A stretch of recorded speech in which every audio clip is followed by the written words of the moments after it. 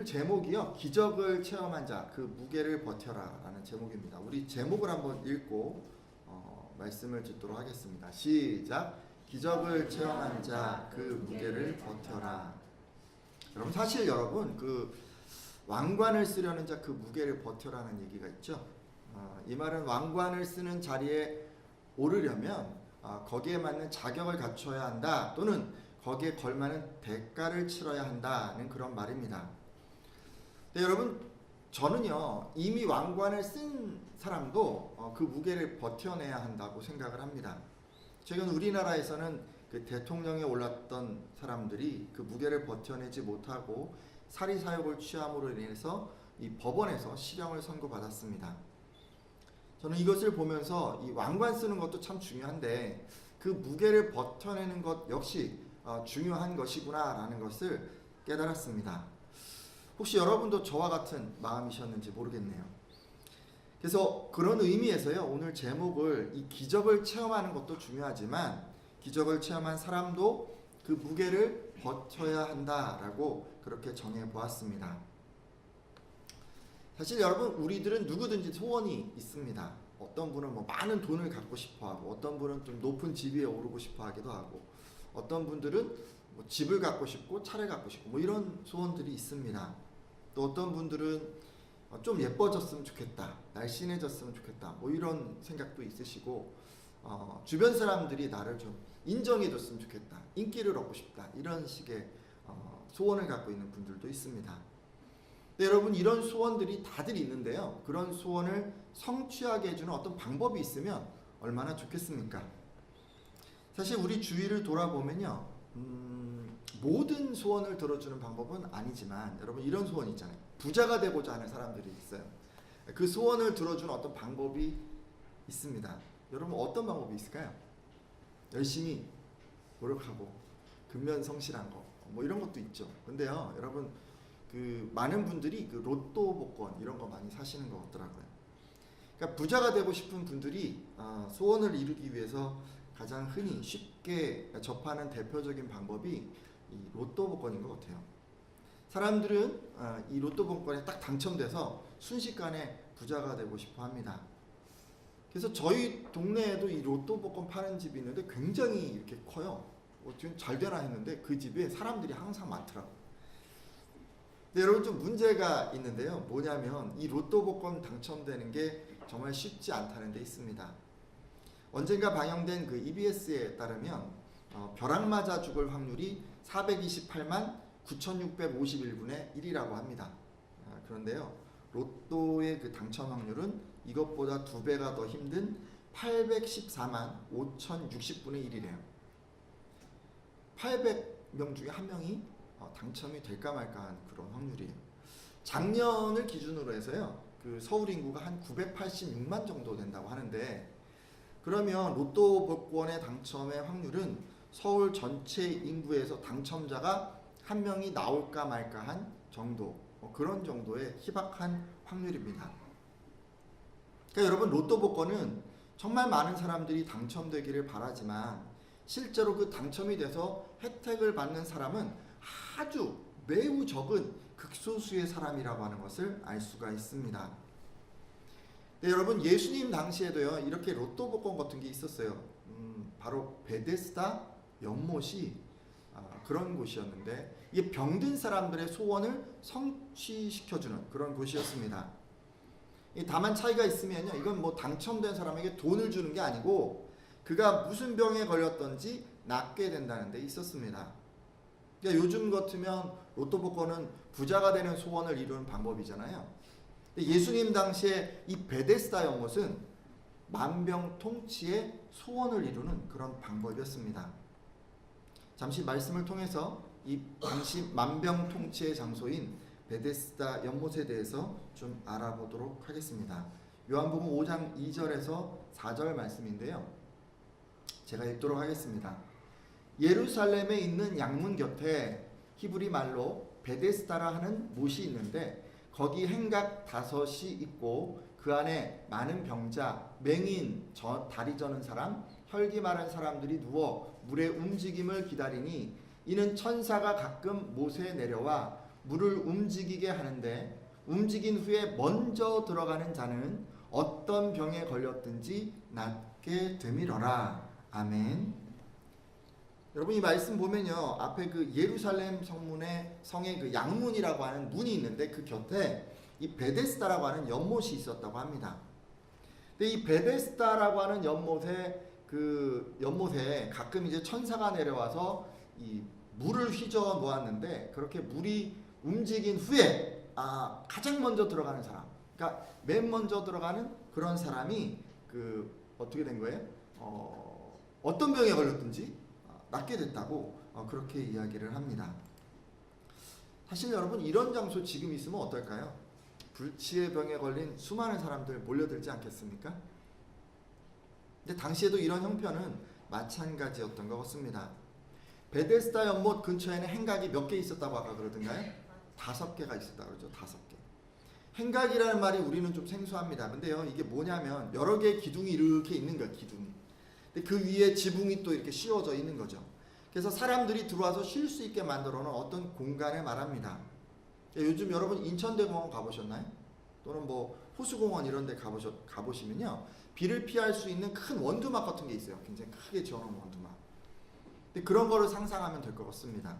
근데 그런 게 행각이 지금 5개나 됐다는 것은 호수를 중심으로 해서 주변에 삥 둘러서 지금 행각으로 완전히 이렇게 싸고 있다는 그런 말이에요. 그러니까 엄청나게 많은 사람들이 항상 이 베데스다 연못 주변에 모여 있었다는 것을 의미합니다. 지금 말씀에 의하면 당시 의학으로는 치료가 불가능한 눈먼 사람들, 또 다리 저는 사람들, 중풍병자를 포함해서 수많은 사람들이 지금 이 물이 움직이는 것을 기다리고 있었습니다. 다만 좀 아쉬운 게 있다면 이 연못에는 누구든지 들어갈 수 있고, 또 들어가면 무슨 병이든 다 나았지만 가장 먼저 들어가는 단 한 사람만 나았다는 데 있습니다. 이렇게 지극히 적은 소수의 인원만 소원이 성취된다는 면에서 로또 복권과 또 베데스다 연못은 너무도 흡사합니다. 하지만 여러분 자세히 좀 들여다보면요, 기회 면에서는 비슷하지 않았어요. 여러분 로또 복권 생각해 보세요. 누구든지 동일한 당첨 확률이 주어지지 않습니까? 그런데 베데스다 연못에서는요, 치료의 기회가 공평하게 주어지지 않았습니다. 왜냐하면 먼저 들어가야 한다는 이런 조건이 붙어 있었기 때문이죠. 여러분 그러면 어떤 사람이 치료를 받았을까요? 일단요, 가장 먼저 물이 이렇게 움직이는 걸 보는 사람이 치료를 받을 수 있었어요. 그러니까 몸이 아픈 사람 중에도 눈이 좀 이렇게 흐린 사람, 잘 안 보이는 사람, 맹인 이런 분들은요, 여기 가도 치료받는 게 정말 쉽지 않았습니다. 눈이 성한 사람이 물이 움직이는 것을 볼 수 있었기 때문에 맹인들이나 이런 눈이 좀 쇠한 사람 이런 보다 훨씬 더 유리했을 것입니다. 그리고 계속 연못을 보고 있다가 잠깐 화장실에 갔어요. 또는 뭐 잠을 자야 하는 거예요. 또 다른 급한 일이 생겼어요. 그래서 자리를 딱 비웠을 때 이 물이 움직일 수도 있잖아요. 그러니까 연못을 계속해서 내가 보고 있다고 해도 이게 어느 정도 운이 따라야 하는 그런 부분도 있었습니다. 또 여러분 물에 먼저 들어가는 사람이 치료받을 수 있기 때문에 먼저 봤다고 한다면 누가 또 유리하냐면 다리가 성한 사람이 유리한 거예요. 빨리 후다닥 가야 되는 거예요. 근데 다리가 좀 불편해요. 혈기가 말라서 기운이 없어요. 거동하기가 힘들어요. 그런 사람은 물이 동하는 걸 보고도 먼저 들어갈 수가 없었어요. 치료받을 수가 없었어요. 여러분 한 가지만 더 생각해 보죠. 이 모든 게 없어요. 눈도 안 보여요. 다리도 불편. 근데도 치료받을 수 있는 방법이 있어요. 돈만 많으면 돼요. 돈만 많으면. 그러면 사람을 써요. 그래서 거기서 자기를 대신해서 그걸 계속 보게 하는 거예요. 그리고 그걸 보면 자기를 잽싸게 들고 확 들어서 던져달라고 하면 되는 거예요. 부유한 사람이면 여러분 이렇게 베데스다 연못의 병자들 중에서도 좀 더 유리한 위치에서 그 치료의 기적에 참여할 수 있었습니다. 만일 눈도 성하지 않고 다리도 온전하지 않고, 근데 이제 돈도 없어요. 부유하지도 않아요. 그럼 어떨까요? 그런 병자들에게 있어서는요, 지금 이 베데스다 연못에서 만병통치가 지금 일어나고 있지만 여러분 그것의 병을 낫게 한다는 건 정말 불가능에 가까운 일이었습니다. 그러게 여러분, 예루살렘의 소원 성취의 장소, 이 베데스다 연못에서의 그 만병통치는요, 실로 엄청난 운이 따르지 않는 이상 사실상 불공평했습니다. 여러분, 이런 면에서 보면 이 베데스다 연못, 베데스다는요, 우리가 살고 있는 세상이랑도 좀 비슷한 것 같아요. 우리가 사는 세상도 누구에게나 동일한 기회가 주어져 있지만 이 기회를 얻기 위해서는 남들보다 능력이 뛰어나거나 때로 돈이 필요하기 때문에 실제로는 주어진 기회를 누림에 있어서 불공평하기 때문입니다. 예를 들어 형제들 같으면 이런 분들 있잖아요. 최근에 이제 인기 있는 스타들이 그 운동선수 있잖아요. 박지성도 있었고 최근에 손흥민 같은 축구 선수 있는데 그런 선수가 되고 싶은 거예요. 또 자매들 같으면 뭐 김연아가 얼마 전에까지 인기였으니까 뭐 그런 좀 멋진 피겨 선수 되고 싶은 거예요.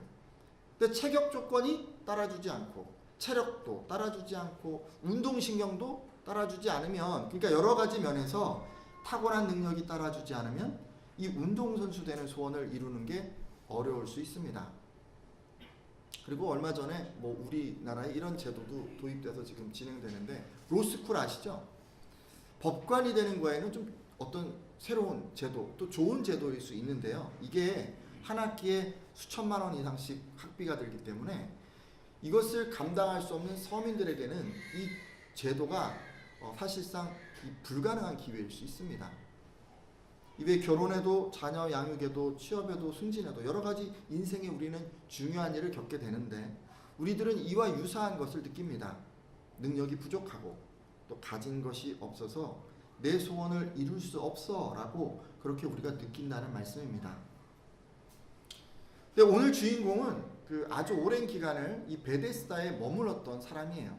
이 병자는 아주 긴 기간, 그러니까 무려 38년 동안이나 이 병을 고치지 못했던 사람이었습니다. 병이 38년 된 것인지 아니면 이 베데스다에 머물면서 병을 고치려고 막 노력을 했는데 못 고친 게 38년인지 이게 정확히 알 수는 없는데 어쨌든 이 사람이 아주 오랜 기간, 최소 38년을 그 병으로 고생한 것은 틀림이 없습니다. 근데 만병통치의 연못인 이 베데스다에 왔는데도 병을 고치지 못하고 있는 것으로 보아서 아마도 이 사람은 거기 모인 병자들 가운데 눈이 성하지 않았던지 아니면 뭐 발이 온전치 않았던지 아니면 뭐 돈이 없던지 뭐 그런 사람들 중에 한 사람이 아니었을까 생각을 해봅니다. 이렇게 능력도 없고 근데 한낱 능력이 없는데도 한낱 실오라기 같은 희망을 가지고 이 베데스다의 그 한 구석에서 그저 물이 움직이기만을 기다리고 있는 이 사람에게 예수님께서 찾아오십니다. 요한복음 5장 6절 말씀인데요. 여러분 읽어주시겠어요? 예수께서 시작. 예수께서 그 누운 것을 보시고 병이 벌써 오래된 줄 아시고 시되 내가 낫고자 하느냐. 아멘. 우리 빨간 부분만 다시 한번 크게 읽어볼까요? 시작. 내가 낫고자 하느냐. 여러분 5장 1절 말씀을 보면요, 예수님께서는 유대인들의 그 명절, 아마 뭐 유월절이 아닐까 생각을 하는데 예루살렘에 이제 오셨어요. 그리고 이 양문 곁에 베데스다 행각으로 바로 가신 거예요. 그리고는 그곳에서 38년 동안이나 병으로 고통받고 있는 이 사람을 찾아가셨습니다. 그 사람을 만날 때 예수님께서는 그의 병이 오래된 줄을 이미 알고 계셨습니다. 그리고 그에게 이렇게 단도직입적으로 물으셨어요. 내가 낫고자 하느냐라고 말이죠. 그러자 이 사람은 제가 낫기를 원합니다 라고 이렇게 대답을 하는데 요한복음 5장 7절을 보면 병자가 이렇게 얘기를 합니다. 병자가 대답하되 주여 물이 움직일 때 나를 못에 넣어주는 사람이 없어 내가 가는 동안에 다른 사람이 먼저 내려가나이다. 아멘. 자, 여러분 이 병자는 아마도 지금 다리가 불편한 게 확실해요. 그렇죠? 38년 된 이 병자는 자기가 낫기를 원하지만 베데스다 연못으로 남들보다 먼저 갈 수 없기 때문에, 그러니까 남들처럼 능력도 안 되고 뭐 이게 돈도 없고 뭐 이런 거예요 지금. 그죠? 그래서 지금 치료받지 못하고 있습니다라고 그렇게 이야기를 했습니다. 그러자 예수님께서는 말씀으로 그의 병을 고쳐 주셨습니다. 요한복음 5장 8절에서 9절 상반절까지 말씀인데 여러분께서 한번 읽어주시겠어요? 예수께서 이르시되 시작. 예수께서 이르시되 일어나 내 자리를 들고 걸어가라 하시니 그 사람이 곧 나아서 자리를 들고 걸어가니라. 아멘. 자, 여러분, 예수님께서는요 능력이 부족하기 때문에 치료를 받을 수 없습니다라고 말하는 그 병자에게 그냥 이렇게 얘기하셨어요. 일어나서 내 자리를 들고 걸어가라 라고 그렇게 말씀하셨습니다. 그래서 이 말씀을 믿고 순종한 이 병자는 순식간에 그 병이 낫게 됩니다. 할렐루야. 지금 무슨 일이 일어난 거예요? 움직일 수 없어서 이 베데스다 연못에 내려가지도 못하던 그 병자가 지금 기적적으로 치료된 것이 아닙니까? 저는요 이런 기적이 여러분의 삶에서도 체험되기를 바랍니다. 우리들도 뭐 능력도 없을 수 있고, 그죠? 재물도 없을 수 있어요, 그렇죠? 그래서 우리가 갖고 있는 그 수많은 소원들 이루지 못할 수 있어요. 여러분에게 예수님께서 내가 소원을 이루고자 하느냐라고 물으실 때, 여러분, 예, 내가 이루고 싶습니다. 하지만 제 능력으로는 이룰 수가 없습니다. 라고 이렇게 솔직하게 대답하시기를 바랍니다. 여러분이 예수 그리스도 앞에서 무능력하다라는 것을 인정하시기를 바라요. 그래서 예수님으로부터 내 자리를 들고 걸어가라는 말씀을 들은 이 병자처럼 하나님의 말씀을 다 받으셨으면 좋겠습니다. 그리고 여러분 받으신 그 말씀에 순종하심으로 반드시 기적을 체험하시기를 예수님의 이름으로 부탁드립니다. 자, 여러분, 제가요 지난 시간에 기적을 체험한 그 왕의 신하 얘기를 전해드렸는데 여러분 기억하고 계십니까? 그 왕의 신하가 그 아들이 아팠잖아요. 그래서 아들을 고치기 위해서 예수님을 찾아가서 그렇게 기적을 체험하게 되는데, 이 기적을 체험하고 나서 이 왕의 신하는 예수님을 믿을 뿐 아니라 온 가족이 다 구원을 받게 되었습니다. 그러니까 예수를 주로 고백하면 이 왕의 신하가 그 곤경에 빠질 수 있었어요. 근데 가진 모든 것 다 잃을 수도 있었어요. 근데 그런 것 알고도 예수님을 주님으로 고백을 했고 또 실제로 그분이 하신 그 말씀에 순종을 했습니다. 이 왕의 신하는요 기적을 체험을 했어요. 똑같이. 그런데 견뎌야 하는 무게를 감당을 했기 때문에 자기뿐 아니라 온 가족이 다 구원을 얻게 된 것입니다. 정말 해피엔딩이죠. 저는요 이 사람이 기적을 체험하고 그 무게를 잘 감당한 그런 사람이라고 생각을 합니다. 구원을 받아서가 아니고요, 모든 것을 걸고 예수를 주로 고백했기 때문에 그가 잘 감당한 것입니다. 이렇듯 기적을 체험한 사람은 반드시 감당해야 할 무게가 있습니다. 네, 안타깝게도요 오늘 여러분 함께 보신 이 38년 된 병자는 그렇게 하지 못합니다. 자, 그러면 여러분 이 병자 기적을 체험했는데 병이 나았는데 무엇을 감당해야 했을까요? 사실 여러분 예수님께서 이 병자에게 내 자리를 들고 걸어가라 라고 그렇게 말씀을 하실 때 이 사람이 갈등을 좀 했어요. 왜냐하면 예수님께서 그 사람을 치료하신 날이 안식일이었기 때문입니다. 유대인들의 율법에 의하면 안식일에는 자리를 들고 이렇게 걸어갈 수 없었습니다. 이것은 율법을 어기는 행위였고 이것만으로 그는 유대인 사회에서 큰 불이익을 당할 수 있었습니다.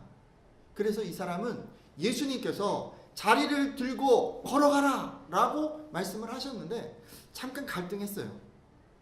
하지만 자기 문제, 그 병이 치료될 수 있다는 생각에 예수님께서 그에게 하신 말씀을 믿고 일단 순종했습니다. 그래서 그는요 기적적으로 치료받을 수 있었어요. 근데 병자는 이렇게 치료받고 나서 이 병이 완치됐는데 너무 기뻤을 거 아니에요. 그러니까 막 주변 사람들도 다 놀래고, 이 사람이 거기 너무 오랫동안 있었는데 38년 된 병자라는 거 다 아는데 갑자기 벌떡 일어나서 막 이러니까 다 놀래가지고 축하를 하고 이러다 보니까 이제 경황이 없었던 거예요. 그래서 이 사람이 정작 자기를 치료해 준 분이 누구신지를 알 수가 없었어요. 거기다 예수님께서 자기가 누구인지를 알리시지 않고 그 자리를 피하셨기 때문에 이 병자는 누가 자기를 치료해 주셨는지를 알 수가 없었습니다. 근데 문제는 그 다음에 일어났어요. 자, 이렇게 병자가 자리를 들고 걸어간다는 걸 알게 된 이 유대인들이 그에게 책임을 물었기 때문입니다. 그들은 오늘 안식일인데 지금 당신이 이렇게 자리를 들고 걸어가는 것은 옳지 못한 일입니다 라고 그렇게 정죄했습니다. 염려한 그 일이 실제로 닥친 거예요. 그러자 이 사람은 자기가 마치 율법을 어기지 않으려고 했던 것처럼 책임을 면하기 위해서 나를 고쳐주신 그 사람이 자리를 들고 일어나라, 걸어가라 이렇게 시켰습니다 라고 안식일을 어긴 책임을 자기가 지지 않고 고쳐준 사람에게 돌렸습니다. 사실 여기까지만 보면 그리 문제될 게 없어 보입니다. 38년 된 이 병자는 예수님의 말씀을 믿고 순종해서 다 나았고 그를 고쳐주신 예수님께서는 자기 길을 가셨기 때문이죠. 네, 여러분 무슨 생각이 있으셨는지 예수님께서 이 병자를 다시 찾아오십니다. 그리고 이 병자에게 꼭 필요한 한 말씀을 해주세요. 어떤 말씀을 해주셨는지 한번 보도록 하겠습니다. 요한복음 5장 14절인데요. 제가 읽겠습니다. 그 후에 예수께서 성전에서 그 사람을 만나 이르시되 보라 내가 나았으니 더 심한 것이 생기지 않게 다시는 죄를 범하지 말라 하시니. 자, 뭐라고 하신 거예요? 밑줄 그은 부분 한번 읽어주시겠어요? 시작. 더 심한 것이 생기지 않게 다시는 죄를 범하지 말라. 아멘. 자, 여러분 예수님이 이 병자에게 다시 찾아오지 않으셨으면 사실 갈등할 일이 없어요. 근데 예수님이 다시 찾아오신 거예요. 그리고 그 병자가 그동안 왜 그렇게 병으로 고통받았는지 그 이유를 가르쳐 주시는데 그게 그가 지었던 어떤 죄 때문이라고 가르쳐 주십니다. 그리고 또다시 그런 죄를 짓게 되면 다시금 더 심한 병이 생길 수 있기 때문에 다시는 그런 죄를 짓지 말아라 라고 이렇게 가르쳐 주십니다. 예수님은요 뭘 원하신 거냐면 지금 당장 일시적으로 문제가 딱 해결되는 게 아니라 그 후로도 더 큰 문제를 만나지 않기를 바라셨기 때문에 근본적인 원인, 그 원인을 가르쳐 주시려고 다시는 병으로 고통받지 않게 도와주시려고 이렇게 찾아와 주신 것입니다. 정말 큰 사랑으로 어쩌면 그 병자가 더 큰 복을 누리면서 행복하게 살기를 원하는 그런 마음으로 이렇게 귀한 조언을 해 주신 것이죠. 네, 여러분 예수님께서 이렇게 말씀해 주셨는데도 이 병자는 그렇게 하지 못합니다. 아니 오히려 병자는요 안식일을 어긴 것에 대한 책임을 지지 않기 위해서 자기를 기적적으로 고쳐주신 이 예수님을 곤경에 빠뜨립니다. 요한복음 5장 15절에서 16절 말씀인데 여러분이 한번 읽어주시겠어요? 그 사람이 한번 읽어주시겠어요? 시작. 그 사람이 유대인들에게 가서 자기를 고친 이는 예수라 하니라. 그러므로 안식일에 이러한 일을 행하신다 하여 유대인들이 예수를 박해하게 된지라. 아멘. 이 병자는요 예수님의 말씀을 듣고 이제 내가 이후로는 죄를 범하면 안 되겠구나 라고 이렇게 생각한 게 아닌 것 같습니다. 그는 누가 자기를 고쳐주신지를 깨닫게 되자마자 곧바로 안식일을 어겼다고 정죄했던 이 유대인 지도자들을 찾아갑니다. 그리고 자기를 낫게 한 그 사람이 바로 예수라는 사람입니다 라고 그렇게 일러 바치게 되는 거예요. 여러분 이렇게 말하면 어떻게 될까요? 자기에게 은혜를 베푼 예수님이 곤경에 빠지게 되는 거 아니겠습니까? 다 알고 있는 거예요. 그런데도 자기가 그 유대인들 사이에서 죄인 취급당하고 또 어려움 당하지 않기 위해서 그렇게 한 것입니다. 자, 그렇다면 여러분 38년 된 병자 얘기를 제가 해드렸는데 예수님의 도움을 받아서 기적적으로 고침을 받았어요. 근데 그 사람이 감당해야 할 무게는 무엇이었습니까? 유대인의 율법보다 예수님의 말씀을 따라야 하는 것 아니었습니까?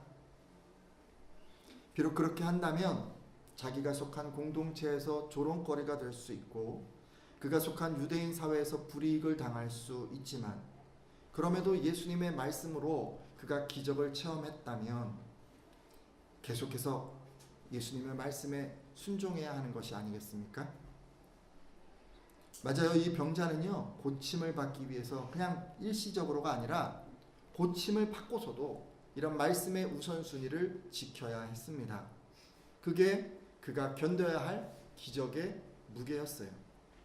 하지만 이 병자는 고침을 받기 위해서만 예수님의 말씀의 우선순위를 지켰고 그 후로는 그렇게 하지 않았습니다. 오히려 헌신짝처럼 예수님과 그분의 말씀을 저버렸죠. 오늘 함께한 예배자들 가운데는요, 이런 38년 된 병자 같은 분들 한 분도 없으셨으면 좋겠습니다. 기적을 체험할 때만 말씀을 따르고 그 후로는 그 말씀과 기적을 베풀어 주신 예수님을 헌신짝처럼 버리거나 또 잊어버리는 그런 분들 한 분도 없으셨으면 좋겠습니다. 지금 이 시간에는요, 여러분 우리들이 기적을 경험하고 그 무게를 잘 감당하고 있는지 한번 돌아봤으면 합니다. 저와 여러분은요, 크고 작은 모든 일에 늘 하나님의 기적을 경험하면서 체험하면서 그렇게 살아가고 있습니다. 여러 가지를 생각해 볼 수 있어요. 근데 일단요, 여러분 하나님께서는 생명을 잉태하게 하십니다. 이것은 기적입니다.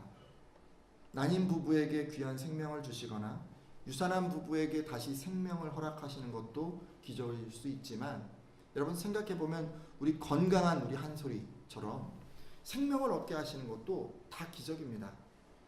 우리들이 이런 기적을 체험하면서 하나님께 기도합니다.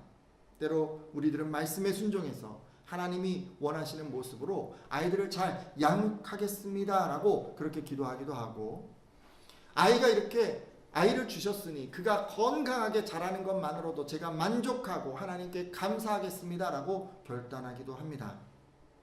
하지만 여러분, 그런 말씀에 대한 순종이 그때로 끝나는 경우가 종종 있습니다. 아이가 자라면 자꾸 세상 기준에 맞추고 싶은 욕심이 생기고 그 아이의 존재만으로도 올려드리던 그 깊은 감사가 이제 사라지게 되고 보고만 있어도 누리던 그 기쁨이 점점 없어져 버리는 것입니다. 혹시 오늘 예배자들 가운데 그런 부모님들 계시다면 이 시간 돌이켜 주시기 바랍니다. 여러분 생명을 주시는 기적을 체험하고 그 기적의 무게를 잘 감당하고 있는지를 이 시간 한번 돌아보시길 바랍니다. 또 하나님께서는 여러분의 앞길을 열어주시기도 합니다. 이것은 기적입니다. 여러분이 취직을 하는 것도 이직을 하는 것도 결혼을 하는 것도 승진을 하는 것도 진학을 하는 것도 인생의 단계에서 앞길을 열어가시는 모든 것들은 다 기적입니다. 우리들은 이런 기적을 체험하면서 하나님의 말씀에서 이런 기도를 하고는 합니다. 하나님, 저의 앞길이 열리면 저는 그곳에서 더욱 신실한 성도가 되겠습니다. 힘든 일을 만나도 늘 감사하고 다른 사람들을 사랑으로 섬기고 늘 말씀 묵상에 힘쓰고 하나님을 증거하는 일에 힘쓰겠습니다. 무엇보다 그곳에서 저는 구별된 사람으로 살겠습니다 라고 이렇게 우리는 결단합니다. 하지만 말씀에 대한 그런 순종이 그때만으로 끝나는 경우가 종종 있습니다. 시간이 지나면요, 그때 뭔 기도를 했는지 생각도 안 나는 거예요. 그리고 너무 일상이 분주하다 보니까 언제 내가 하나님께 감사했는지 기억도 나지 않고, 말씀은 언제 보았는지 생각도 나지 않고, 다른 사람 눈치 보느라, 때로 우리 성공의 목표를 향해서 계속해서 달려가느라 세상 속에서 구별된 사람으로 살아가지 못하는 것입니다. 혹시 여러분 우리 가운데 이런 분들 계시다면 돌이켜 주시기를 바랍니다. 앞길을 여시는 그런 기적을 우리는 체험하고 그 기적의 무게를 잘 감당하고 있는지를 한번 돌아보아야 합니다.